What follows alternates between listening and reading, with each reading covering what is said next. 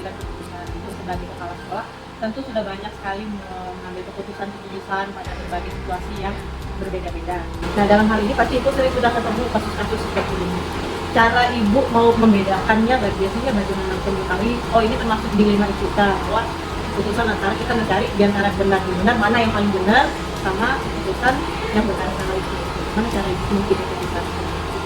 Mungkin dalam hal ini kita cari dulu informasi terkait dengan hal tersebut. Jadi bisa mengambil keputusan yang mana benar benar, yang mana yang masih tingkatannya setengah benar, yang benar dalam arti masih bisa kita anukan, masih diragukan kebenarannya. Jadi harus lihat gambaran sesungguhnya, sesungguhnya. Jadi nggak bisa hanya lihat satu sisi, harus kita cari dulu informasi dengan masalah tadi. Jadi bagaimana Ibu mengambil keputusan di sekolah, terutama jika ada kasus di mana dua kepentingan itu sama-sama benar dan sama-sama hal yang baik? Mungkin kita memang benar-benar kita cari yang paling benar, yang paling yang paling ibaratnya itu yang bisa kita pertanggungjawabkan kebenaran. Jadi strategi itu tidak itu tadi, kembali lagi kita mempelajari, kita cari dulu tahu bagaimana cara kita yang memang benar itu bagaimana, yang setengah benar ibaratnya itu yang masih kita ragu kebenaran itu bagaimana. Langkah-langkah atau prosedur seperti apa yang biasa Ibu lakukan untuk dapat mengambil sebuah keputusan? Kembali itu kan tadi kita cari informasi, kita cari informasi, kita bertanya dengan teman sejawat atau rekan-rekan kita yang sesama guru, musyawarah, tidak tidak harus mengambil keputusan itu tanpa musyawarah dengan guru yang lain, supaya hal itu tidak ada dampaknya, misalnya dampaknya negatif, itu bisa menunjukkan itu sendiri. Hal apa saja yang selama ini membuat Ibu merasa bahwa cara itu paling efektif dalam mengambil keputusan ketika menghadapi kasus-kasus dilema etika? Yaitu kalau mengambil keputusan itu memang harus kita lihat dulu dalam hal etika, dalam apa dia masalahnya, kita cari dulu tahu masalah dulu persoalannya di mana. Tidak serta-merta kita ambil keputusan tanpa kita tahu dulu akar permasalahannya. Apa saja yang selama ini menjadi tantangan Ibu dalam mengambil keputusan ketika menghadapi kasus-kasus dilema etika, yaitu kasus yang dua kondisi itu benar lawan benar? Berarti tantangannya cuma namanya kita misalnya ambil keputusan satu salah. Tantangan yang paling berat itu yaitu kita harus mengambil keputusan yang jangan sampai salah. Kita harus berhati-hati dan kita harus cari tahu banyak hal apa yang tentang masalah itu. Jangan kita sepihak saja. Kita harus banyak bertanya, harus banyak berkoordinasi dengan rekan-rekan kita yang lain. Apakah Ibu memiliki jadwal tertentu dalam penyelesaian kasus dilema etika, atau Ibu langsung menyelesaikan ketika ada masalah itu langsung Ibu selesaikan pada saat itu, atau Ibu membuat waktu tertentu, memberikan jadwal tertentu untuk menyelesaikannya dan menetapkan tata caranya, prosedurnya ini yang akan Ibu lakukan untuk menyelesaikan? Kalau untuk jadwal itu tidak ada, namanya kasus kan kita tidak mungkin kita tahu kasusnya kapan, tidak ada jadwalnya. Cuman kalau itu kasus tidak terlalu berat, kita bisa tangani langsung. Kalau kasusnya berat atau harus berkaitan dengan tokoh masyarakat, petinggi, kepala adat dan lain sebagainya, kita memang harus bikin jadwal tertentu, kita undang dengan bagaimana caranya kita undang. Kalau tidak juga selesai, kita undang yang dinas untuk menyelesaikannya dengan baik. Adakah seseorang atau faktor-faktor yang selama ini membantu Ibu atau mempermudah Ibu untuk mengambil keputusan dalam kasus-kasus dilema etika? Masih ada lah, teman sejawat kita kan, pemerintah desa dan lain sebagainya, komite apa kan kita libatkan yang membantu kita. Semua hal yang disampaikan, menurut Ibu pembelajaran apa yang dapat Ibu petik untuk sebagai pengalaman Ibu sehingga kedepannya ketika Ibu mengambil keputusan itu lebih banyak sih itu. Kita harus bijak, harus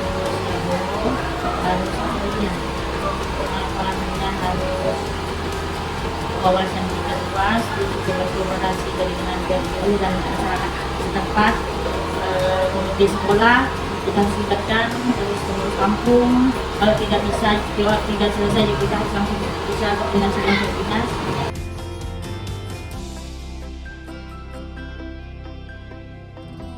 menghadapi kasus-kasus yang seperti itu. Bagaimana cara Bapak untuk mengidentifikasi kasus-kasus mana yang merupakan dilema etika, mana yang merupakan rujukan moral? Ini tergantung kasusnya sebenarnya. Apa kasus yang kita hadapi? Nah, dari kasus yang kita temukan itu, Jadi kendalanya apa yang sampai terjadi kasus seperti itu? Apa masalahnya letaknya di mana? Dari penyelidikan kita yang dari kasus itu kita bisa ambil keputusan apakah ini menyangkut dilema etika atau dilema rujukan moral. Baik, kita lanjut ke pertanyaan kedua. Nah, selama ini bagaimana Bapak menjalankan pengambilan keputusan di sekolah? Misalnya bertemu kasus-kasus di mana ada kedua kepentingan yang sama-sama benar dan sama-sama mengandung nilai kebajikan, yang mana keputusan di antara kedua keputusan yang sama-sama benar itu? Jadi begini, tentu ada keputusan benar di atasnya yang paling benar. Pasti kita cari yang solusi terbaik. Biasanya kalau saya sih selalu tidak pernah mengambil keputusan itu sendiri. Saya pasti dengar pendapat dari teman-teman yang lain, teman-teman guru, musyawarah dulu.